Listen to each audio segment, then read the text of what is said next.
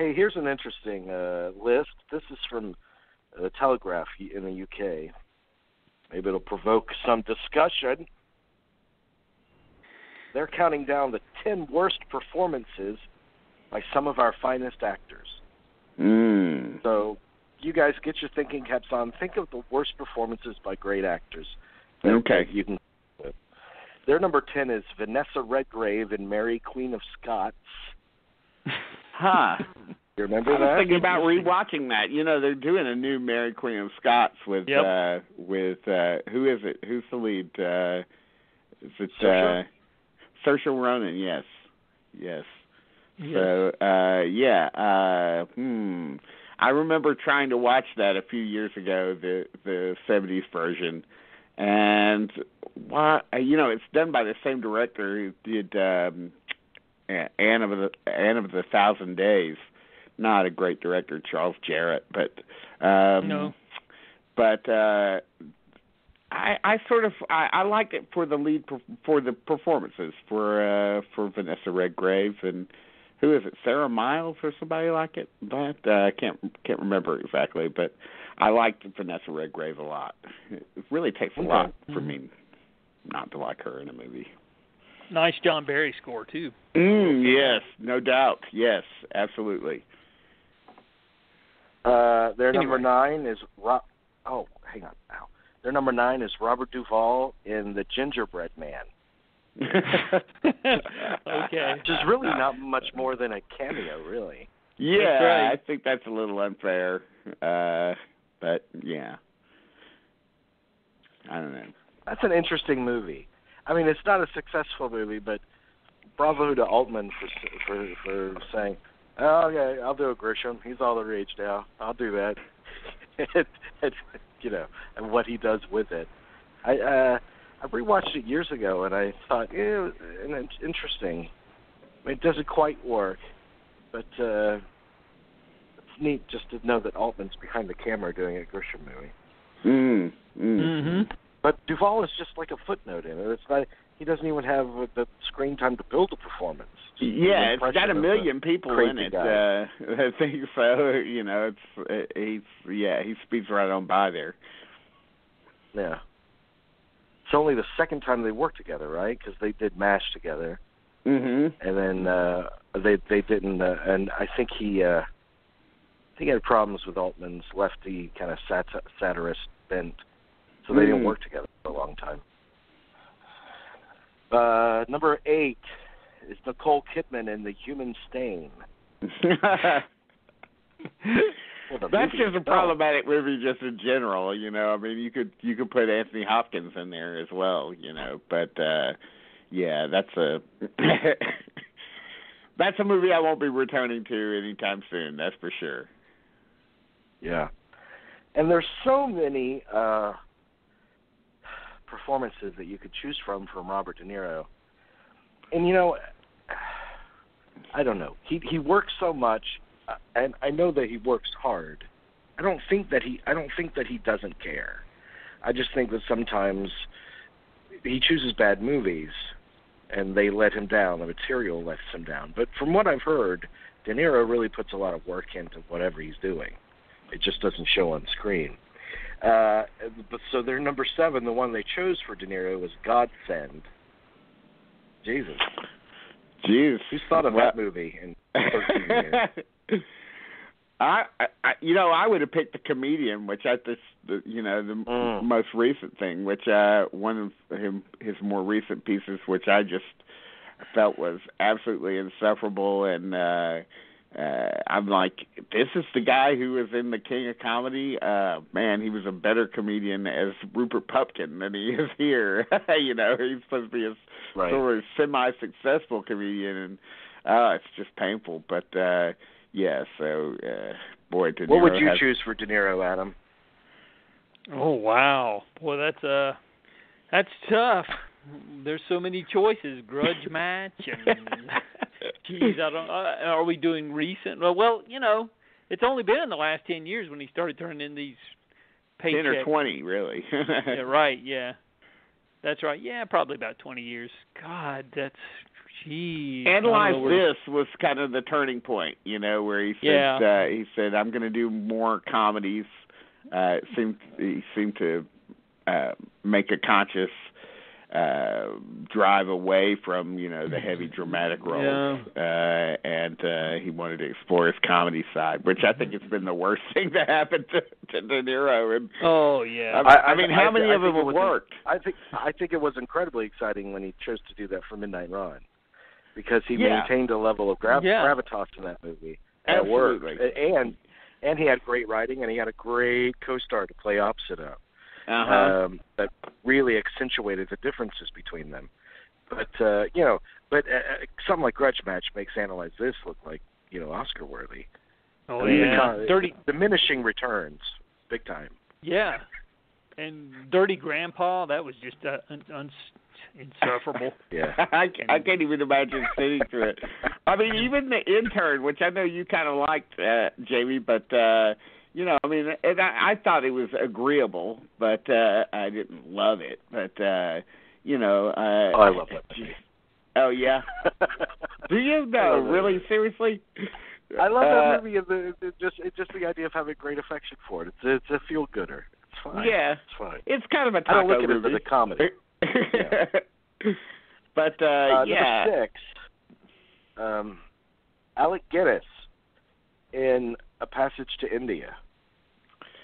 That's painful. I will. That's one of the things that, because he's playing an Indian, a mystic, and I mean, in the sea of just real Indians in it, real Indian actors, great Indian actors.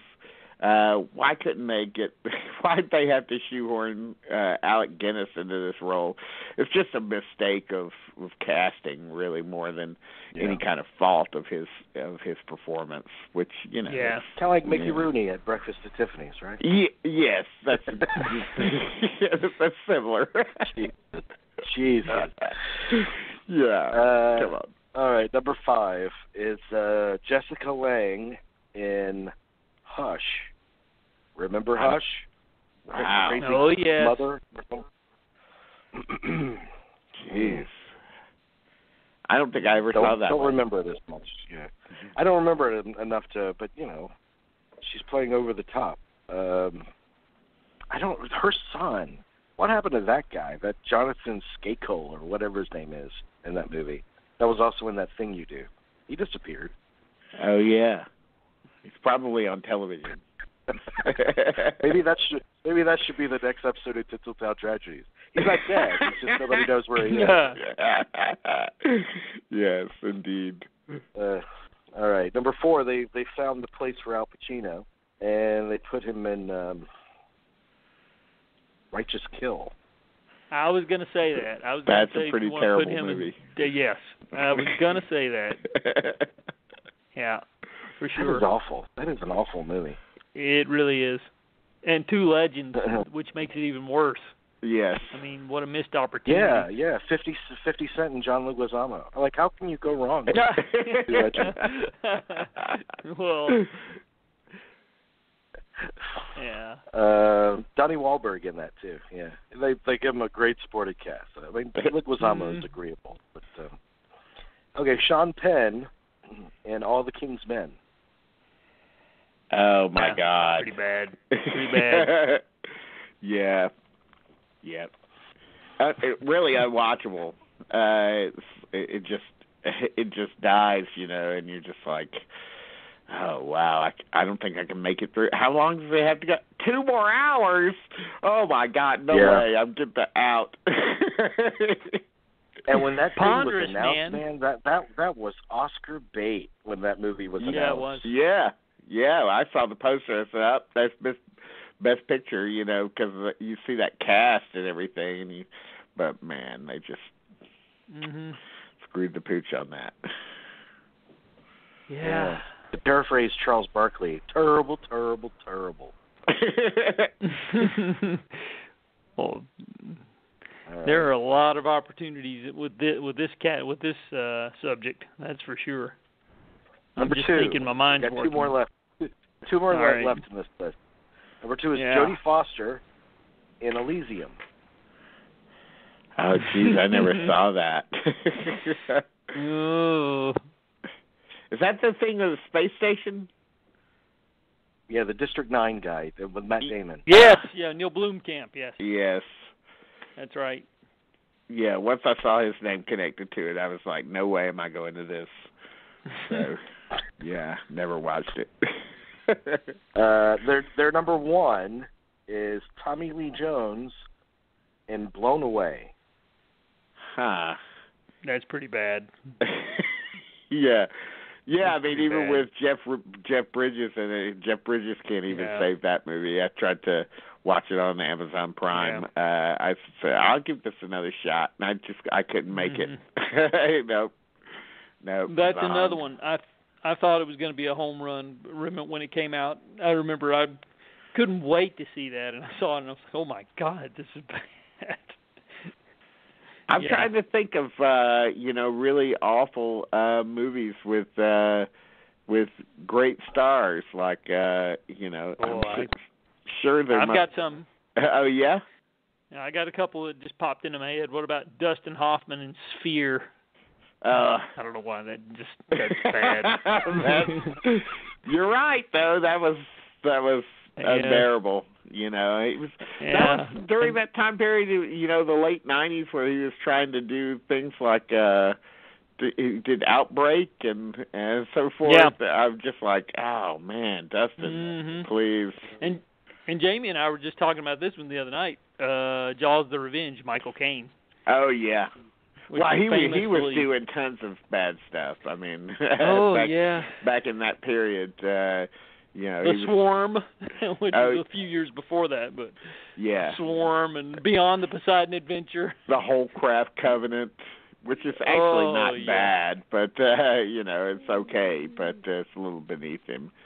But, and remember when he was in the Steven Seagal on Deadly Ground, I believe it was. Oh wow, yeah, jeez, I forgot about that. Wow. Ooh, stinkeroo. But, yeah. Another one that always gets me, you talk about stars going out on a low note, great actors going out on a low note, and this is really sad that this was their last film for both of them. Well, filmed together anyway, was The Odd Couple 2 with Jack Lemmon and Walter Matthau. That just was, I was excited to see that, again, because I love the first one so much, and I could not wait. I can't wait to see this. It was terrible. Man, you should have known going into that was going to be bad. That was going to be bad because it's coming like 3 decades too late. Yeah, it is. But I was hoping some of the magic. I mean, it was a Neil Simon script. I thought, surely they can get something out of that. But he's definitely not infallible. What about Denzel Washington and Russell Crowe in Virtuosity? That's a good one. That's a good one for this list. What about Russell Crowe in Les Miserables? There you go. Oh yes, terrible, absolutely. Paul Newman in Quintet, which is also a Robert Altman movie. Oh yeah. Some people like to. Go ahead. Some people want to say, it's not as bad as everybody says. It's actually bad. No, it's bad. Yeah. It's unwatchable. He was having a bad time because the next year he did When Time Ran Out. The Irwin Allen volcano movie, which is even worse. I mean, Quintet looked really good by comparison. Right. That was bad for both him and William Holden, who was also going through tough times with something like Fedora. One of Billy Wilder's last movies. So is Righteous Kill really worse than Revolution in terms of performance? Probably neck and neck. That's like, it's a toss-up. Apples and oranges. What was the Tommy Lee Jones? Blown Away. Is Blown Away just as bad as Batman Forever for Tommy Lee Jones? Oh boy, again neck and neck, probably. Yeah. Yes. That's tough. I don't know. Blown Away is just sort of boring. Like it's just there's not even any bad movie kind of fireworks to it. It's just nothing. Slog. You know. What about when James Clint Eastwood in Paint Your Wagon? That's a good one. Yeah. That's a good one. Although I have a little bit of an affection for Paint Your Wagon because I like some of the songs. I like the widescreen look of it. I like the. I do like that. Yeah. The art direction and the costumes are really interesting, and sort of the dynamics between Eastwood and Lee Marvin, who has a great song in it, "Wandering Star," and also and Gene Seberg. I think that's all that stuff. Keeps me going through it. And I like all the character actors and stuff in it. Nitty Gritty Dirt Band playing down and out, townspeople and stuff. That's just kind of interesting to me. It's overblown too long, but I kind of like it. De Niro and Rocky and Bullwinkle. Does that deserve to be on there? Perfect. That's the one. That's I think you hit it. I think you hit it. Yeah, I think you did. That's the one. I think, yeah, it's like Marlon Brando and Island of Dr. Moreau. That's the one. That's the one that comes to mind. Absolutely. Like just the performance that just leaves your jaw dropped open and not in a good way. Oh, what am I looking at? My eyes. Oh. It's terrible. Oh man! You have to wash your eyes out with pure milk afterwards, just to get the sting out. Oh man! What about that Larry Cohen movie with Bette Davis? What was it Wicked Stepmother? Wicked I believe Stepmother. It was? Oh, I've never seen that. Have you guys ever seen that? Oh, I tried. She left halfway through it. Is the story? She just she claimed that it was her dentures, but that was causing the problem. That's what she told Larry Cohen. She told him that it was her dentures she couldn't do the lines because her dentures were giving her problems, and she quit. She just walked, and he found out that he said he thought that it was senility, and she had a stroke, and that it was all that coming together, and she just was too prideful to admit to that, and she just quit, and he had to rewrite that script, and it didn't make sense when he rewrote it, but he already had the money invested, and he didn't want to just throw it away, so I think they billed that as her last movie, but talk about going out on a low note. Boy, well, of course you have Bob Hoskins in Super Mario Brothers. Oh yeah, that's a great one. That's a great one. That's about as bad as Judi Dench in the Chronicles of Riddick. Oh wow, God, I forgot about that. And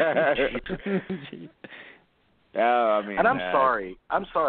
The last big screen movie that I saw, well, one of the last, that the performances were so terribly bad, and it wasn't like Super Mario Brothers. Like you expected at least decent performances in it. Was The Happening, like Mark Wahlberg and Zooey Deschanel in that movie? Oh yeah. Unbelievable. God. Unbelievable how bad the acting is in that.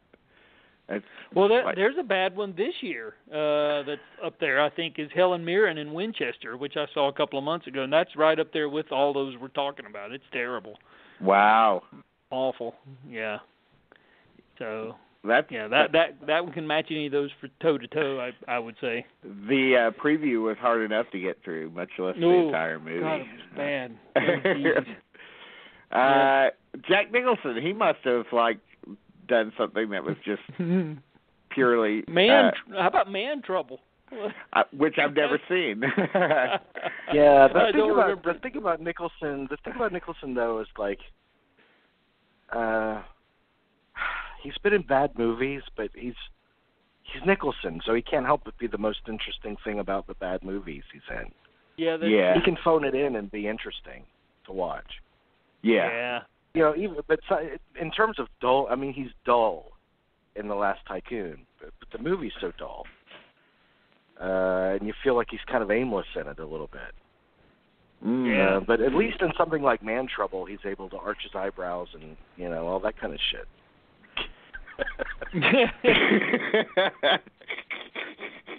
Well, yes. Yeah. Remember when he did the sequel to Terms of Endearment, The Evening Star? Oh, right. He did that. Did he do that? Was he Yeah, in he that? did. He got shows a small up for part. a couple of scenes. He does, yeah. They're not bad he's though. coming I mean, he injects some life into it, and Yeah. that's not a terrible movie though. It's not as bad as everybody said it was. I it's sort of tolerable. like Marion Ross. I remember thinking she was good in it. God, William Hurt must have done some pretty bad ones. Well, Lost in Space was not great. That's a good one. That's a good example of one. Oh boy, that was horrible. All right. Moving on. All right. Well, I'm always happy to celebrate mediocrity. Single it out. Yeah, Jeffrey Jones and Howard the Duck. That's a good one. Yeah. or Laurence Olivier. Laurence Olivier in The Wild Geese 2. or Inchon. Inchon, that's another. Yeah, it's true. Pretty much the latter part of his career was filled with things like this.